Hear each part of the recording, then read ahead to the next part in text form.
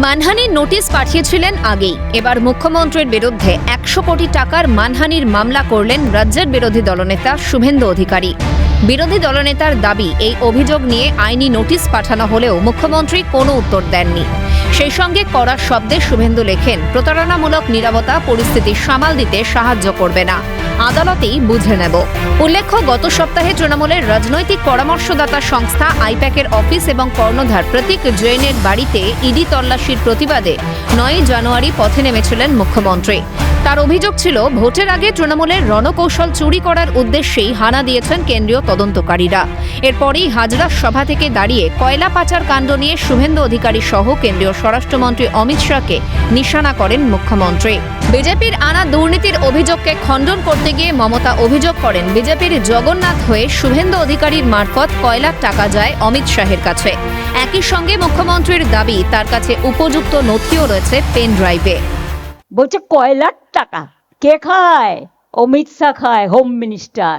কি করে খায়? গদ্দারের থ্রুতে টাকা যায়। গদ্দার অ্যাডপ্টেড সন হয়ে গেছে, গদ্দারের থ্রুতে টাকা দেয়। সাথে আছে এক জগন্নাথ। জগন্নাথ ধামের জগন্নাথ নয়, পুরীর জগন্নাথ নয়, বড় ডাকাত জগন্নাথ বিজেপির। জগন্নাথের থ্রুতে টাকা যায় শুভেন্দু অধিকারীর কাছে, আর শুভেন্দু অধিকারীর থ্রুতে টাকা যায় অমিত শাহর কাছে।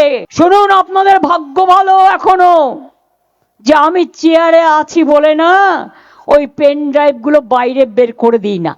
বেশি লাগালে কিন্তু বলে দিচ্ছি, আমার কাছে সব পেন ড্রাইভ করা আছে, আমি কিন্তু ভান্ডা ফাঁস করে। এরপরেই গর্জে ওঠেন শুভেন্দু। ওই দিন রাতেই আইনজীবীর মাধ্যমে মুখ্যমন্ত্রীকে আইনি নোটিশ পাঠান বিরোধী দলনেতা। কিন্তু সেই চিঠির উত্তর না পেয়ে এবার সরাসরি মানহানি মামলার পথেই হাঁটলেন শুভেন্দু। যদিও এই ইস্যুতে আক্রমণ শানিয়েছে তৃণমূল। যার মান থাকে তার মানহানি হয়, তির্যকপূর্ণ মন্তব্য শাসক শিবিরের। আরে মানহানি তো মান থাকলে তবে তো মানহানি হবে, যার মানই নেই তার আবার মানহানি হবার কি প্রসঙ্গ আছে? সেই সঙ্গে ওর ওই মামলার কোনো ভবিষ্যৎ নেই, এইটুকু বলতে পারি। মামলার পয়সা থাকলে উকিল বাবুদের সঙ্গে জানাশোনা থাকলে ফাইল করে দেওয়া যায়, তাতে লাভের লাভ কিছু হবে না, এইটুকু বলতে পারি। মমতা বন্দ্যোপাধ্যায় টালির ঘরে থাকেন, ওনার 100 কোটি টাকাও নেই, সুতরাং 100 কোটি টাকাও উনি দেবেনও না, আর দেওয়ার প্রশ্নও ওঠে না। আদালত নিশ্চয়ই আদালতের রায় শোনাবে, আমরা আদালতকে সম্মান করি, আমরা জানি।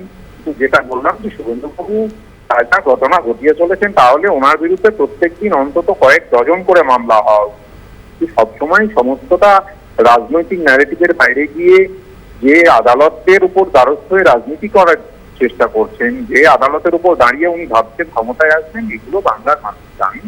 সুতরাং এগুলো কোনোটাই হবে না। সংসদীয় গণতন্ত্রে ভোটে জিততে গেলে মানুষ লাগে, যেটা শুভেন্দুবাবুর নেই।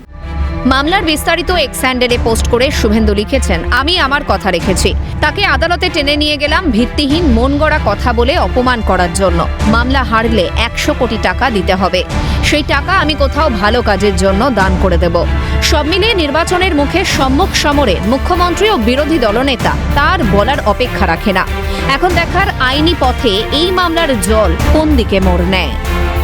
ক্যালকাটা নিউজ।